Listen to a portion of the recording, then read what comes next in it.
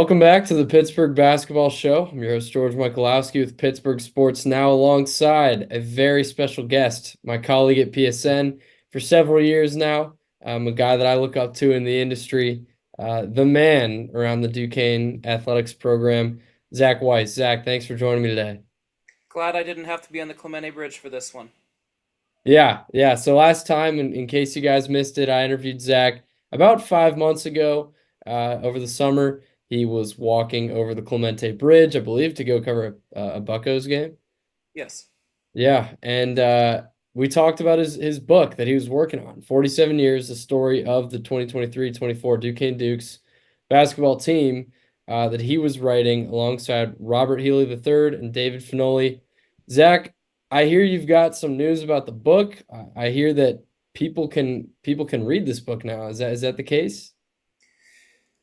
Yes, this is not fake news. We have a book, and it's been an exciting process. It's been a very humbling process. It's taught me a lot about myself throughout this process, but it's definitely been a journey, as some people would consider it ambitious to have a book that was really conceptualized in March, and to already have this done before the season starts and give Duquesne fans and give anybody in general an opportunity to read a book that explores different lenses about last season and just the historic aspect of what the 47 years meant as a whole from every angle. So it's been a labor of love for all of us, and we're excited that the product is now on Amazon as of earlier this week, and of course it will be available coming soon to the Duquesne Barnes& and Noble, hopefully in time before the season starts, and obviously from there Barnes& and Nobles hopefully down the road, airport, whatever the case might be. But we're looking forward to it. And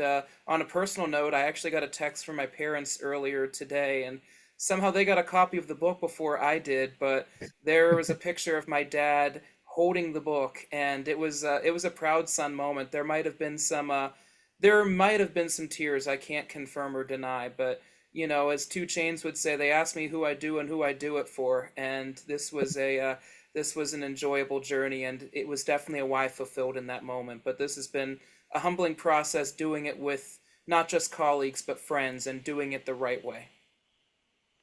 That was the most Zach Weiss answer right there. Going from, talking about you crying, potentially shedding a tear from what your dad said, right to a Two Chains lyric.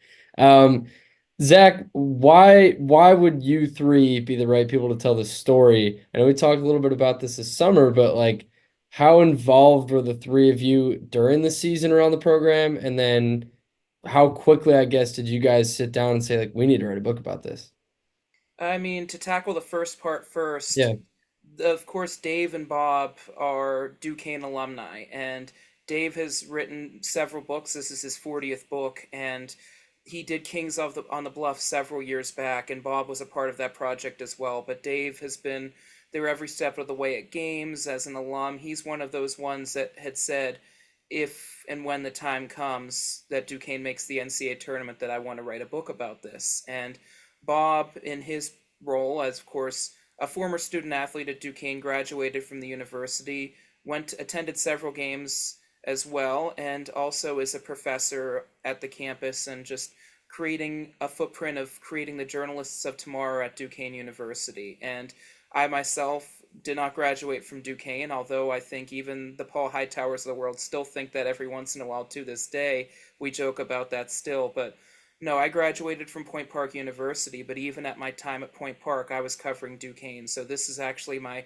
14th season covering Duquesne athletics, and no one's followed the day to day to the extent that I have for as long as I have. And it's been a blessing being at practices, growing these relationships, seeing the current products that are about to take the court here in a couple or so's weeks time, and just overall get the opportunity to meet these coaches, meet these players, but understand who they are outside of that, and have those relationships and trust really pay off in a way that is a tribute to them with this book, quite frankly. And not just the players, but the coaches as well as the support staff, which was a Zach decision. Personally, I feel that a championship win is an everybody win.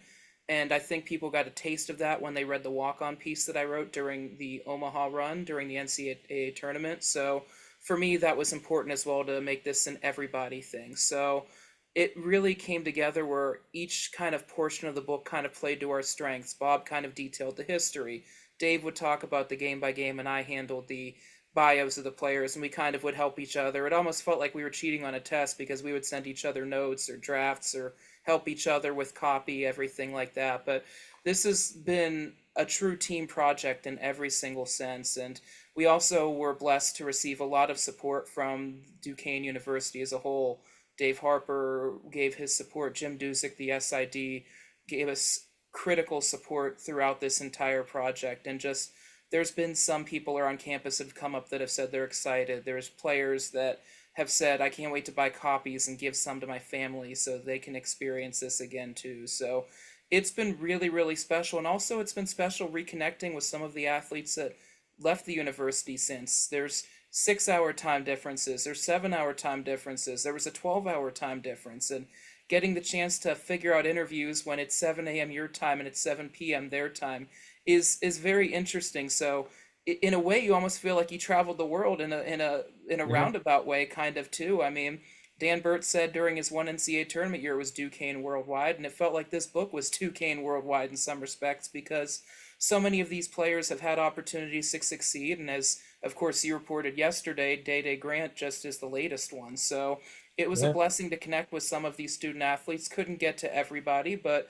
blessed to have every single person kind of have an opportunity to get featured, whether directly or indirectly. And that's kind of what it's been about. So, as someone that knows the history and Bob and Dave, as Dave who understands the game by game, and as myself who's been on the ground doing it and continuing to challenge himself to grow on a day by day basis, even as recently as Media Day, being the lone Duquesne person that came down to Media Day. It was really, really fortunate to be able to do and to build stories and also keep it very, very current. So kept it as current as we could given the copy and the deadline and the aspiration to get this book done right before and out before the season starts, which was important to us as well. But this book got conceptualized basically by me sitting in the Omaha hotel room and Facebook messaging Finoli. It was a very, very blunt sales pitch. It was very pretty much a sentence, quite frankly. And it was one of those win or lose, this deserves to be a chapter, basically referencing this was the day of the BYU game. And Mm. I said, regardless of win or lose, that this deserves to be a book and I would love to do a chapter. And I've aspired to be an author in some capacity, but as my 9.5 year younger old brother, my brother Jonah, once said, no one wants to read your story. And I said, okay, shut up, you're right. But regardless of that, this was the perfect project at quite frankly the perfect time to articulate some of these stories and get some stuff that really couldn't be on the record at that time that guys now having that time and perspective were able to provide. And Dave was all in from the moment go, and I think it motivated him to get in that finish line, and it gave Bob a chance to update and tie up some things on his end as well. And just the three of us had so much trust in each other to get this thing done, and we had a group chat, and it was almost like you were willing yourself to get through the finish line on this one. But it was a Yeah. blessing, really. I mean, couldn't have chosen a better crew to ride with in this thing. And I mean, we picked each other up, and we're really, really pleased. Reading the manuscript last week, was really pleased with the final product. I think it all came together nicely. It was impressive how quickly, and I haven't read the book yet, but how quickly it all came together from the end of last season to this season. Like there's time, and trust me, I can't wait for the season to start here in a couple weeks. But like that was quick. You guys really, busted ass to get this done. I want to ask you. I mean, you're around the program so often. And like you said, no one, I don't know if there's anyone outside of Duquesne Athletics that's been around all Duquesne sports for as long as you have, as often as you have.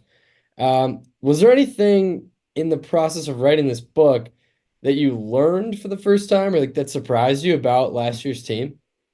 Well, I don't think anything really surprises you about the team because you get a chance to know the guys, but there's Yeah. little stories here and there. Like you hear rumors of this happening, you hear rumors of that happening. I mean, but it's the things that happen to make it happen. Like maybe Mm. there's an activity that gets done when the losing happens that brings guys together.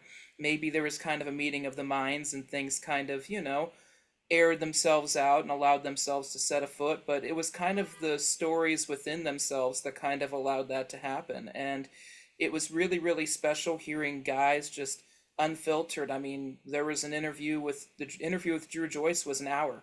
And I mean, it was almost like, what am I not putting in this book right now? Because Drew just gave so Yeah. much good stuff. And Drew's a guy that has preached to his team that we're not talking about last season, we're moving forward. So I was concerned that there might be a little bit of reluctance to maybe go beyond 20 minutes just because, well, I'm the coach, I need to get this done, I need to focus. And we talked for literally an hour on record just in preparation for this book. And it wasn't Oh, like it was over the summer, it was somewhat recently too. It was over the summer, but not right in the heap of it when there was a little bit less to do. So he gave me an hour of his time right after a practice that he didn't have to. And quite frankly, it says a lot about the relationship that we've been able to build. It's been special. And I mean, there's naturally, as a relationship guy, Keith and I have had a fantastic relationship. He's treated me like a son, and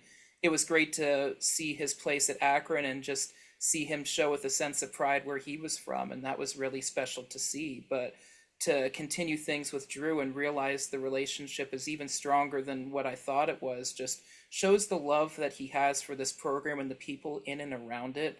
And it was really, really special to talk to him. And some guys really, really opened up and told some really good stories. The Terry Wygan bio is probably going to be my all-time favorite of all of the bios, just really? because Terry's an interesting guy in the best ways, and it really played out really, really well in the book. So that was interesting, and probably would give an honorable mention. Gabe Samanji told a Hmm. really, really interesting story of something that happened in Brooklyn that had a price tag attached to it that was interesting, but ultimately was worth it in the end. So there's a little bit of an incentive. I'm gonna kiss it. I'm not gonna go all the way with it. But those were two kind of interesting stories. But even guys like Jake DeMichael opening up more about his homecoming. You talk about Hmm. David Dixon and just how religious his family was, and him not having a true off season, but finding a way and surprising himself along the way. You have the documented story about I've got Shulga from Jimmy Clark III, but no one talks about Tre Williams saying I had Deron Holmes, a first round NBA draft pick, and he Right. sacrificed not only his body but his season to make sure the guys could get past Dayton, and that plays out in the book as well. So just seeing the nuts and bolts of some of these guys was really, really intriguing to see, and also just the gratitude that a lot of them had that this story was getting a chance to be told in a little bit of a bigger than basketball way, to have it in writing, to have it done, and now having that perspective, have it just mean that much more realizing what they did instead of just living in the moment. It was extremely special to do, and on those days when maybe you're a little bit more tired or something just doesn't feel right, it just keeps you moving. And I also did a little trick for myself towards the end as I was doing bios. I was playing some of the people's favorite music, and I was kind of using that as like a little bit of a trick to keep myself going. So I intentionally saved Drew Joyce's biography for last because I like torturing myself apparently, because here's the interview that's an hour, but I remembered back to the introductory press conference when he talked about Whitney Houston. So for that entire hour or so period, I had Whitney Houston on Spotify and ran into him the other day, and he goes, "What do you know about Whitney Houston?" I go, "I mean, it's not right, but it's okay, Drew. This is going to be your heartbreak hotel," and immediately just further connection. So it's just special to just kind of find little ways to trick the mind to just get to that finish line. When it was done, it was relief. I mean, this, as you said, was a very, very tight deadline, but it's only ambitious if you don't get it done. Ambitious, I don't think is the right adjective. I knew that we would get it done, and I knew I was going to be the last one to finish, but it was one of those things where, you try to go every single minute you have. And I remember last Tuesday I was at Duquesne, and I am sitting courtside at the coop watching RJ Bell, the assistant, work out Yeah. the three of the girls, and I'm just dealing with stress and burnout.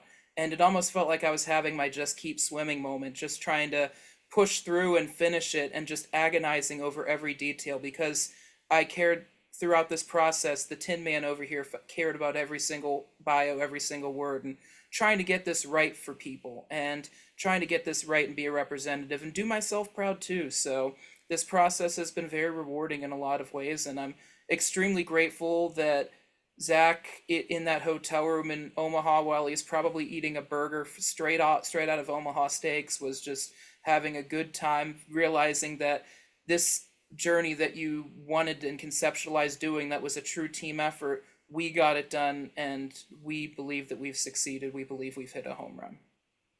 So you mentioned a bit ago Coach Dambrot. Without getting into, obviously not exposing what he's up to or any of his privacy or anything. I'm wondering what's he up to these days? Like you've talked to him plenty of times, I'm sure, throughout the writing of this book, and like you said, spent some time with him. Like what's Coach Dambrot up to? Coach Dambrot's being a great family man, Yeah, and having seen him, the smile on his face is the widest that I've ever seen it. He that's looks awesome. incredibly happy.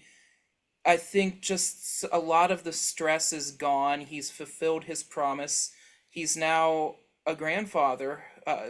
So there's that aspect of it as well. But just the entire family seems to be doing well. Donna is in great spirits. So Robbie's Great. succeeding on the pitch as well. So just without getting too much into it, I Yeah, think that he's in a really, really good spot. He's happy, and it's really, really good to see him happy because this has been a tough 7 years, and everybody in one way or another, directly or indirectly, counted this man out. And he knew that he could do it, and he found people in and around him that believed that he could do it too. And he had the support of the athletic department, and it was tough. I mean, he rebooted it because he wanted control back. They were practicing on a practice gym that was you couldn't even shower or change in. I mean, you're playing games in a D3 gym. You're playing games in a D1 gym that has another D1 team's name on it and Robert Morris. I mean, there's a lot of moving pieces there. And then when he did think he got it right, he had good people, but there were injuries and they just couldn't get over the hump. And he got counted out again. And I think there was definitely some people Duquesne wise that had forgotten what he had done for them and said that it was time to retire. And he would send assistant coaches not to be on the sideline, but they were recruiting in season because he was that serious about rebooting it. And give the athletic department credit, they continued to see the vision and they continued to believe in him and how he believed in people and how he believed in himself. You ask Keith and just the fire that he has in him. He was the athlete that was the baseball player. He wasn't the basketball player. He was the basketball coach. And the man had been counted out so many times, he had been cast aside, but ultimately, I mean, what better last way to laugh than the mantra, we're going to go from 0 and 5 to being Atlantic 10 champions. And that's exactly what he did. And it doesn't get much of a better of a closing act than that. I mean, Tony Bennett sure as heck can't say that right now. So, I mean, you go on down the line, and there's a lot to be said for just what Keith was able to do and also keep his character throughout it. He played the media game well. He was a huge relationship guy, which was why we got along so well, I think, from day one, from that introductory press conference. And just, I'm so glad that I've met him. I think he's helped me in so many ways.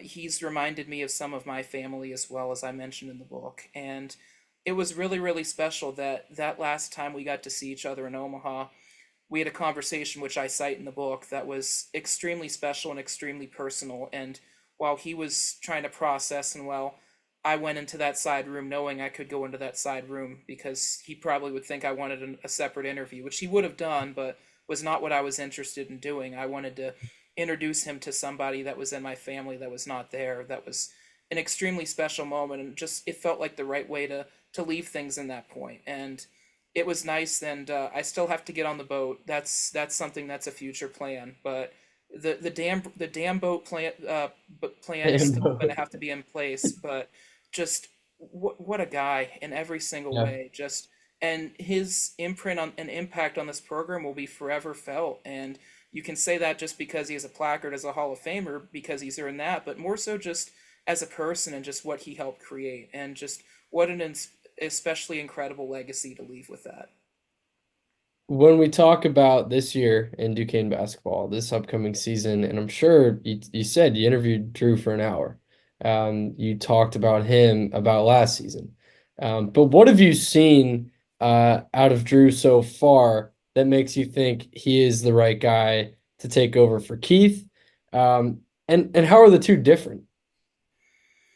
Drew for me was the only logical choice, and I wrote that as far back as Omaha. If you wanted Yeah. to keep continuity of this program and the behaviors that Keith had, and keep a lot of these players from that championship team, that was the way forward. And Drew has been around Keith since he was, what, 12, 13 years old, so he knows exactly what to expect, but he's also been overseas for a double digit amount of years as well. So he brings an interesting perspective in that he is old school in a sense, but he's got new school ideas and a mindset. So it's really really interesting to see how when he runs practices, there are some similarities to what Keith has done, but there's a lot of newness too. I mean, as I mentioned in the PSN article earlier in the off season, that he has Will Swartz, one of the grad assistants, playing video of how 3v3 worked, and all of a sudden they're playing 3v3, and some of the women's basketball coaches are in watching it with curiosity to see if that's something they could do. So Mhm. Drew brings a lot of interesting ideas. His mind is in the right place. I like what he's doing. I think he's still learning too, though, and that's fine. I mean, it's year one, and I think he's trying to figure out main tenets. Obviously, the defense is going to be there because he was Yeah. assigned the defense when he pretty much came aboard. It was basically Rick McFadden running the offense, and it was Drew Joyce III leading the defensive side. So the defense is going to be there, but it'll be interesting to see. Is he going to add any wrinkles? How is that going to look? He had to figure out some of the scheduling for the first time, and that was, I'm sure, a challenge. He had to bring in guys that he felt fit the vision, and it's interesting. Max Edwards is someone that I think is going to be a really interesting piece. I put Max Edwards and I put Trey Dinkins both on my preseason third team all conference. I had Hmm. the media vote because I've seen it, and they're two very different personalities, but they bond so well and you see them together. Max is more outwards, fun loving, and Trey's a little bit more inward to himself, but the way those two have built relationships on the court and off the court really speaks to just how special of a group it is. And again, it goes back to Keith. So I think you're going to see some differences on the floor. It's going to be interesting to see what the rotation looks like and see what Drew has learned, especially from last season when figuring out what's the right rotation when to go. But he doesn't really have to make that decision until January. So it'll be Right. interesting to see if he uses November and December to obviously win basketball games, but do so where he's learning more about his team so that it can be that best version of itself when it needs to be, which is what happened last year. And I mean, at his core, Drew is just a good man. He's a good person. He's got a big heart, no doubt about that, and I think it's in the absolute right place. And I think as he learns more, because moving a seat over is more than just the metaphorical being in the title that comes with it. It's learning your guys. It's learning all the responsibilities that come with it, and Mhm. understanding that there's going to be a lot on your plate. And when it comes time, everybody's going to look to you. And there's a lot for anybody to go through with that. And I think it's going to be a very, very good challenge. He's more than qualified to meet it, but I think there's going to be some learning lessons with anybody that's in a first year. But I think if anybody's able to figure it out, it's Drew. He's already got a head start understanding the program. He understands the fan base. He already has good working relations with the media. So he understands what it takes for this to work. Now it's just go out and do it. Yeah, I'm ecstatic to see them start off the season against Lipscomb, November 4th. Stay tuned, Duquesne fans, on the PSN YouTube channel. Should be catching up with Drew pretty soon here to get him on the show as well. So, Zach, thank you so much for talking a little bit about the new book. Everyone out there, look up Zach's Twitter. You find everything about the book on there. 47 years. It is all you need to read about last year's Duquesne men's basketball special season. So Zach, tell them, the fans, where they can buy this book. How much is it going to cost them? How are they going to get their hands on this thing? Well, it's going to start. It's on Amazon.com. If you go to my Twitter or my Instagram, it's linked, or it's pinned, or it's linked respectively.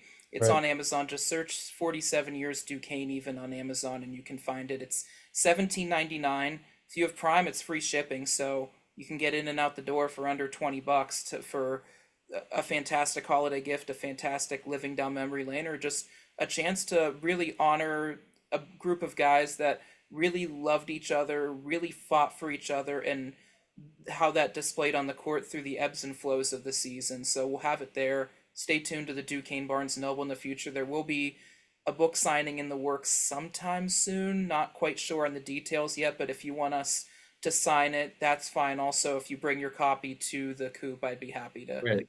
devalue your book as well by providing a signature. So by all means, just it's a blessing, and the support that you all that are watching this have given me. We are eternally grateful for that, and continue to support us, George and myself here on PSN. I mean, this is a labor of love that way as well, and it should be an exciting season. And let's not forget the women's basketball team is very exciting breed of basketball they're going to bring, and I think it has them very, very excited. I know Dan talked extensively at length to George earlier this summer, so it'll be interesting to see that play out. So while everybody's going to be about the banners and the rings on November 4th, don't forget the Right. women have a game the 4th against Princeton as well. Support both teams. I think that's exceptionally important and a good chance to kind of see both with all the activations Duquesne has in and around the coop that day. So it would be a blessing to hopefully see some of you there on the 4th, and really excited about this book and thankful for all of the support.